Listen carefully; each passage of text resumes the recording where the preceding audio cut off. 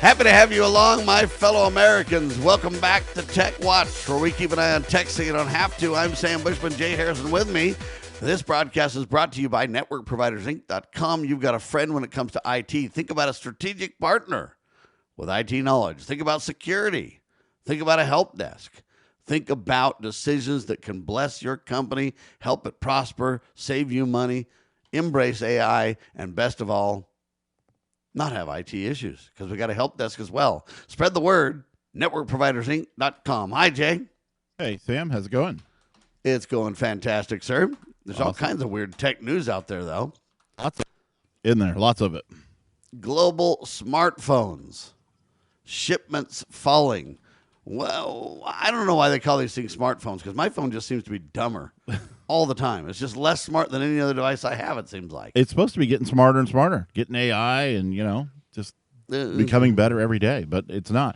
But it's interesting, though, the global smartphone shipments fell 11% year over year in the second quarter of this year. It was the worst quarter two in 13 years, as AI-driven memory shortages have pushed up the costs for components and hurting low-cost makers the most. So I think it's pretty incredible, though, the 13-year low in phone shipments. I don't know. I think it's a mature market. I think there's a lot of reasons, not just the price of RAM and processors that are pushing it up, but it's there's a lot of reasons for this, and it's pretty incredible. It's just an affordability problem? I think it's partly that. I think it's also that everything's so much. I mean, like, for example, I've got an iPhone 14. My son has, adult son, he has an iPhone 10 that he's been had for whatever that is, 7, 8, 9 years, however long it's been out. He's still fine. I mean, I'm like, when are you going to upgrade? And he's like, it works for me. I'm kind of waiting for it to break or die or something. So, I mean, Well, and that's kind of why I bring up the discussion, Jay, because I think it's partly that these phones are so expensive. And I know they want to point to that. And I don't disagree that relates. But I guess my opinion is it's only partly that. The real point is, why would I upgrade if I don't need to? His point's right. There's not a whole lot in the new phones. Now, I know they have faster chips. I know they have better cameras. I'm not saying there's no advancement whatsoever. Right. But in my mind, there's not solid, significant advancement that would justify just upgrading all the time. There's not. I agree. There's no killer app. There's no like, oh my gosh. They talked about maybe that'll still happen in September. iPhone will roll out a Fold or something. But, they're also talking about it might be $2,000, $3,000 if they do. I don't know that people are ready to drop that much. I mean, I don't even drop that much for a high-end laptop, for a day-to-day driver. So it'd be hard to justify. Well, and why can I get a laptop or even one of these mini PCs that has way more functionality and features way cheaper than I can get a phone for? I don't know. I mean, I guess you're not paying for a screen and the compact. In a laptop, I am. Yeah, oh, that's true. In fact, in a laptop, I'm paying for a way bigger screen. Right. Good point. Now you say, well, Sam, it's not as rough and tumble, and it's really hard to get those electronics in the tiny, form factor and stuff. Okay, I get it to some degree. Some points to that. But then why are these mini PCs in a small form factor cheaper than some of the bigger desktop tower machines then? I don't know. I think that, just cost of scale, and I think they're turning out a lot of them. And it's also where you look. You got to know where to look. Amazon isn't just your go-to place. You can find good deals on there, but you got to know what you're doing. You got to know what you're looking for. And they're kind of a needle in a haystack sometimes. We find them sometimes and buy them. But, if you're not really savvy in the tech world, it's not an easy thing to just find. They're kind of gems when you do find them. There you have it. Anyway, I just find it very interesting indeed and worth discussing. I think what I really would like to see, and this is why I spend the time, hopefully there'll be some feedback that somebody might listen to and take, Jay. But what I really think we need to do is we need to make AI built into your cell phone in a meaningful way. I've got the later iPhone 17 or whatever it is. I've got a basic version, so it doesn't have the extra cameras and stuff, but it's still the latest OS and the latest phone. Right. And it's good. But they haven't advanced anything really. They've got limited AI in it. You can install ChatGPT and talk to ChatGPT through Siri. So there's a couple of advancements that are cool. Is it better than Alexa? Oh, the ChatGPT by far. No, I mean the Siri on the. But the Siri, no, the Siri's not any better than it was on my 13. Oh, okay. That's my point. Is that we have not expanded Siri. Siri should be competing with some of these other systems. It's pretty. The lagging. other issue is this: the maps from Google and the maps from Apple. Everybody hates the maps. They're getting worse, not better. I don't understand how they get worse, but they do. They give you bogus directions places. You would think they'd be better and better with Waymo driving around and all these different things that could increase maps and people traveling places and getting to the wrong place. And I mean, you would think that the maps would continue, but everybody says, for example, my wife says, I love the look of the Apple Maps better. And people say, yeah, that's true, but the Google Maps, get you more places. But people say, I hate the way the Google Maps display and everything else. But there's no great map app. And you would think it's been around for what? How long have we been using maps? I'm not easily sure what to call it. Into the 90s. Well, maps, I mean, but more MapQuest, driving remember instructions, that, right? right? Yeah, yeah, but more. It used to be a Garmin, right? You used to have a hardware device for it. Now it's on your phone. So the whole point of direction capabilities tied to maps has been around 30 years, Jay? At least, yeah. I remember in the mid-'90s printing out directions from MapQuest, and you'd have to but I'm talking about the modern day Garmin forward stuff. Even Garmin's by the late 90s for sure, yeah. Okay, and so I'm saying, how come it's not a lot better? I don't know. It should be better, I think. And I think it probably is. I mean, certainly it's better than it was. But we just think, like you look but at not significantly. The scale of processors, right? Maps hasn't really kept up with Moore's law, so to speak, right? Well, and I don't even know that it's better enough to be significant, though. Right? Now, I literally, check a restaurant near me or a store near me, and then I drive straight to it because it's right there. Then I find out it's been closed for 2 years. Or I find out that it's not even the same restaurant anymore. Google is pretty good about keeping that up to date. Apple, maybe not as much, but I use Apple Maps. It's the default, so that's what you end up doing. Which look do you like better? I would say Apple Maps, just more out of familiarity than the look. I think they're both adequate. Anyway, I bring it up because I know this. It's frustrating. And then you get a few of these other apps that are unique that compete. I can't remember what they're called right now, and they're better at traffic jams. You're thinking of Waze. Yeah, Waze. But Waze just had a big announcement. Actually, it was kind of an under-the-radar announcement, and people are making a big deal about it. But they just passed a thing that said all disputes and everything else is going to be handled in Israel. You've got to take it to Tel Aviv if you have a problem with it because it's an Israeli app. And a lot of people are just going, whoa, I'm not doing this. I'm backing out. I'm uninstalling Waze. We didn't realize this or whatever. But somehow, even though they were bought by Google or whatever, they continue to keep their headquarters in Israel, and so all legal disputes. Like how TikTok has been worked out. Nothing's really changed with TikTok much, has it? I don't think so. Not on the surface. Well, and whether its ownership is taken, I don't know. Donald was going to go ahead and Donald averted that and just circumvented Congress and everything else, and now I don't even know what's happening with TikTok.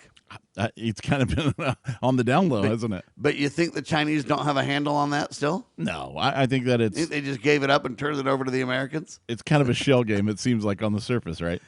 Yeah, and the same thing's true. So, there's not any great map apps, but I think that's one of the, in my opinion, killer apps for your phone is to be able to have just great directions.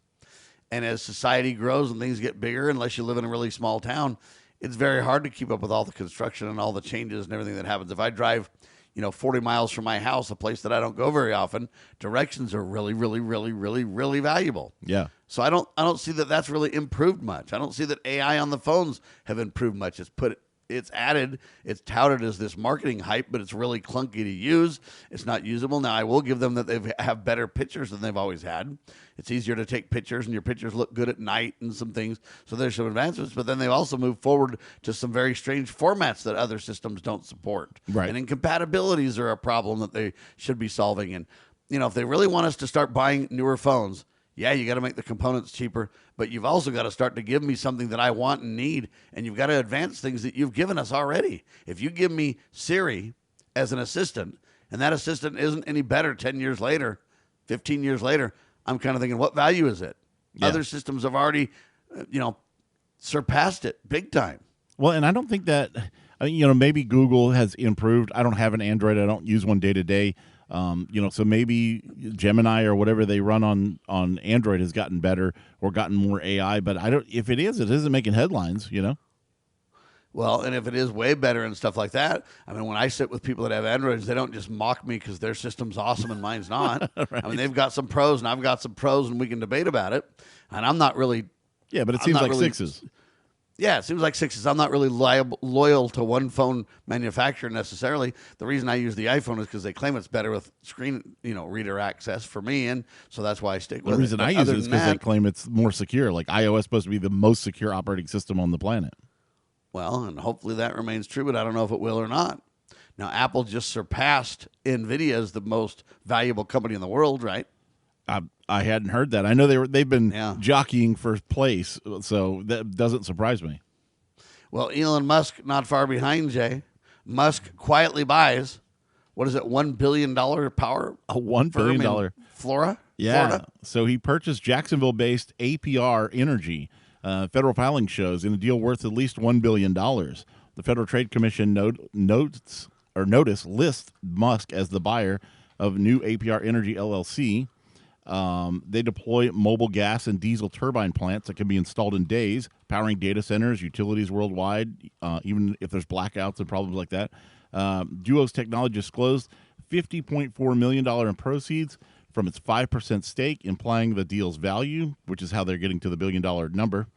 And the purchase adds a power-generating arm alongside of Tesla's energy division and XAI, whose data centers run on gas turbines sometimes. So I think that's why he's positioning this, is so he's got instantly deployable gas turbines anywhere that he needs power. And I think it's pretty smart. It's interesting, though, and it kind of went under the radar a little bit. Well, and I think he's really smart because I think the choke point's going to be memory. There's all kinds of down stocks on computer chip people not being able to deliver what people want. And that's a big deal too, Jay. And so, anytime you can put yourself in a prime position, which he's done, it's going to give him a leg up. It's going to give the, X1, I don't know what you want to call it, rocket company / X, that used to be Twitter / Grok. Isn't that what they call that one?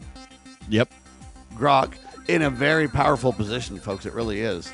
Right now, it's kind of been falling behind along with Gemini and others, but the things are a-changing. We'll keep an eye on it. You're watching Tech Watch. We keep an eye on tech so you don't have to. Cybercrime is exploding. Take Sarah from Sweet Delights, whose world crumbled after having to close with not being able to bounce back.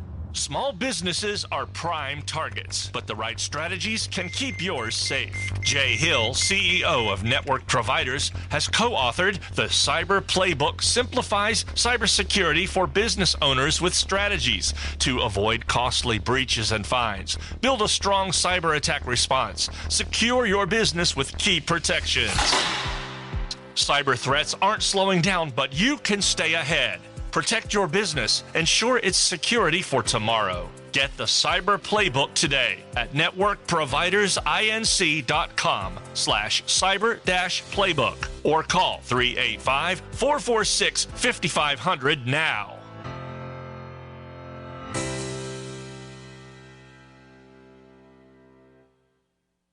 Looking for an IT partner that truly understands your needs? Managed IT Services is the answer. We meet with you regularly to discuss your goals and form a tailored technology plan. Our customers have called us a trusted advisor who delivers. When it comes to IT, we do it all. Firewalls, cloud storage, server migration, and more. Say goodbye to long-term contracts and hello to a team that earns your business month after month. Call 801-706-6980 now and let Managed IT Services transform your IT experience.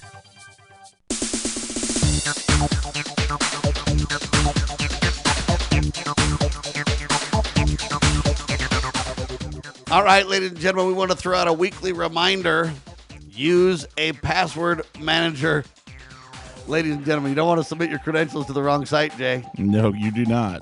And in fact, there's going around a new scheme where people are trying to, they're always doing this, trying to hack your thing. But what it is, it's a fake job interview. They'll add it to your Google Calendar and with a bogus link. And if you click on it and you go to sign up, it'll ask you for your Google credentials and you put them in there and it's really going to somebody else. And there's a couple ways to prevent this. Number one is use a password manager. That's the recommendation here, or the takeaway. But also, if people are putting events on your calendar that you're not really approving or whatever. There's a setting in Google Calendar where you can say two options. I think they've actually changed this from the default. But the default used to be anybody could add something to your calendar. But now they've made it to where it emails you and you have to accept it first, which is a good idea. There's also one where you could even tighten it down more than that and say, only people that are in my contacts. Nobody else can add anything to my calendar. Yeah. Anyway, they're just making it more difficult to live life because of scams and scandals and everything else. Well, the reason that this job thing is such a critical deal, because the average person's like, well, I'm not looking for a job. It's fine. But there's a lot of people looking for jobs now with the AI layoffs and everything else going on in tech. Microsoft is eliminating 4,800 jobs. That's right. That's 2.1% of its workforce, Jay. That's right. In their Xbox division, they're laying off people. They're losing roughly 1/5 of their staff, and 4 gaming studios spinning off out of the company as people develop, and it's kind of interesting. And I'm sure they're blaming that on AI. It's the easy out, right? But there's a lot of development going on. There you have it. All right, folks. You think that WordPad or whatever is Notepad. it WordPad or Notepad? It's Notepad. You think Notepad's getting bloated? Now, Notepad, interestingly enough, in the last couple of iterations of Microsoft updates, they've really changed Notepad, and I hate it. They made it multi-tab. They made it got AI support. They've taken away the whole purpose Notepad existed. I don't know why they don't just add that stuff to Word, and then you got WordPad in the middle. And I don't know why they do all this to Notepad, which was a basic editor and really neat to have for simplicity. Now they've destroyed it. Well, now we've got an answer, Jay. Yeah, I don't know why they took out WordPad, which was more of like a rich text editor, a little bit of formatting, kind of a very simple Microsoft Office. I think they took it out so they could promote Office more. But WordPad did that sort of stuff, and that's where that thing should be as far as tabs, interfaces, and AI, and a spell check and stuff like that. Notepad is supposed to be a very simple text-only editor for editing INI files or doing things like that you need to do, and they've really bloated it up. But we got a cool video about it, and this guy Zach Shutt, he has a great channel on TikTok and all the different things, but he has a good piece about it. We'll listen to this. A former Microsoft engineer rebuilt Notepad into 2.5 kilobytes. What is going on? Notepad used to be the simplest program on Windows. It was a blank box, you would type in it, you'd save, and that was literally it. And then Microsoft crammed in tabs, spell check, a Microsoft account login, and Copilot, an AI in a text editor, which immediately turned into a security hole. So Dave Plummer, who is legendary, by the way, I love his channel, the guy who built the original Windows Task Manager, said enough is enough and rebuilt Notepad himself. No AI, no account, no bloat, literally 2.5 kilobytes. By the way, that's smaller than the icon that Microsoft uses for Notepad. That's the point. A Microsoft veteran just proved the thing that Microsoft has spent years stuffing with features never needed a single one of them. And you know what? Here's the part that's actually useful. His version is free. It's on GitHub right now, and it opens the instant that you tap it. But if you'd rather keep the normal Notepad, you can turn off the AI yourself. Microsoft went and buried the setting after the backlash, but it is in there because nothing that you type in a plain text box needs a chat bot reading over your. There you have it. Exactly. All I can tell you is that brilliant, and this just goes to show too in my mind that this Plummer gentleman, and I commend him, we can write tight, good, clean, simple software that's not bloated, that's not like tied into the operating systems to where when one thing breaks, another thing breaks. And I mean, what a brilliant deal, Jay. And the joke, hey, it's smaller than the icon. He's right. That's amazing, isn't it? It's smaller than the icon for the current Windows Notepad. It makes me think that Steve Gibson wrote it. Yeah, right. in assembly language or something. I don't know what he wrote it in, but to get it that small is incredible, and I commend him. And it's very hard to write. Who used to work for Microsoft. He wrote the Windows Task Manager, so he knows what he's doing. He's certainly a coder. He's an older guy, but he's one of those guys that we're losing too many of nowadays. Did you get the program? I have not downloaded it, no. All right, well, download it, and we'll play with it, and then we'll report on our findings. I do. I want to check it out. There is a setting, though, in the current Notepad, which I do on almost every computer that I'm on.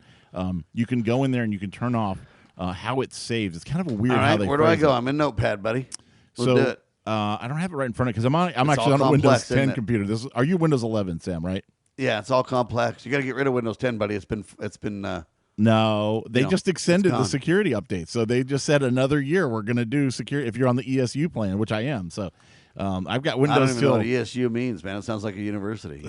extended service updates, I think is what it stands for. Why are we on extended? I just, Because we All like right. Windows 10. Anyway, how do I change this stupid thing? Look at now? the gear icon. I don't know if you can get to I don't that even know what a gear icon is, buddy. I don't in need the that. top right. Come on. I know that Yeah. you use it like tabs and stuff. But anyway, you go there and you look for it's like how Windows saves and closes files. And you want to set it to just close it and don't open up new tabs, and it will behave like the older Notepad. It's pretty simple. All right. Well, I'll have to study to find out where all that is. I'll help you with it after the show. All right. Anyway, I'm just saying, folks, think about that. It's just crazy. Now, I got good news, though. A paralyzed man, and I didn't get time to get this story to you. I just saw it at the last second, Jay, but it was so cool I wanted to bring it up. Nice. A paralyzed man regains touch and hand controls through breakthrough brain-computer interface. This is pretty cool.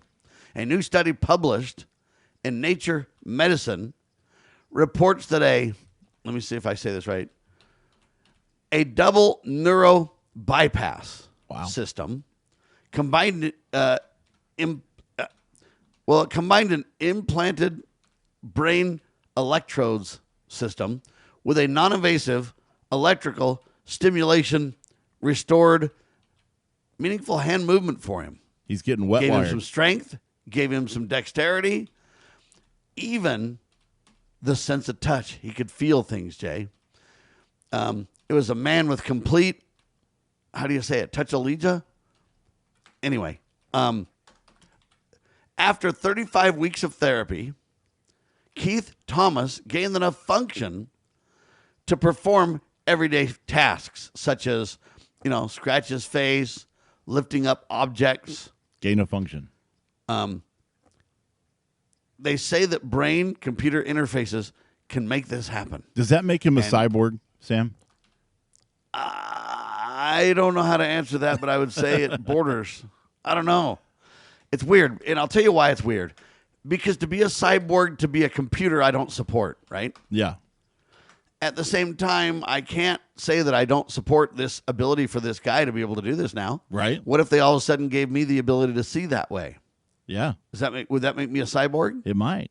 You'd be like, 2% or something, right? You'd be certainly in there. I mean, it depends on how invasive it is, I guess. I don't know how you even measure that. Well, and I don't know how you know when the line's crossed. Right. In other words, if it's for strange purposes, like I want to live forever, or I want to rule the world, or I want to be some mastermind or whatever, then it's easy to go, okay, that's crazy.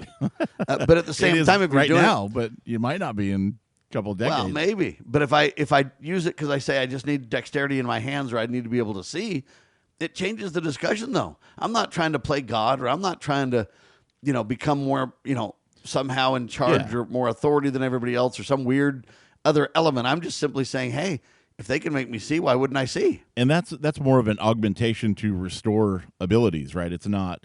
Yeah, you're not exactly. getting superpowers or something crazy. Yeah, so this guy's not the Bionic Man, but he could just lift stuff now, at least. So I don't know. It's a very strange, and this is kind of how cool, we'll be lulled into this. And I guess my only point would be, and I'm not trying to make this a religious or a political show, but my main point would be, hey, as long as you're not really trying to play God or become something that you're not with it, you're just trying to have a better life or quality of life discussion, like this guy being able to scratch his face. How would it be to not be able to scratch your face if you itch, Jay? I don't know. That'd be weird. So I'm just saying, you can't blame the guy to want to be able to do that, right? Yeah. That's what I think NASA has to deal with when they're doing a spacewalk. What if your nose itches? Well, that's what Elon Musk is working on in his, I don't think he was involved in this example, but he has a lot of technology that's similar to this, right? Oh yeah, he's doing that. He's got people that are volunteering to get wet wired in the brain, like, add USB jacks and everything.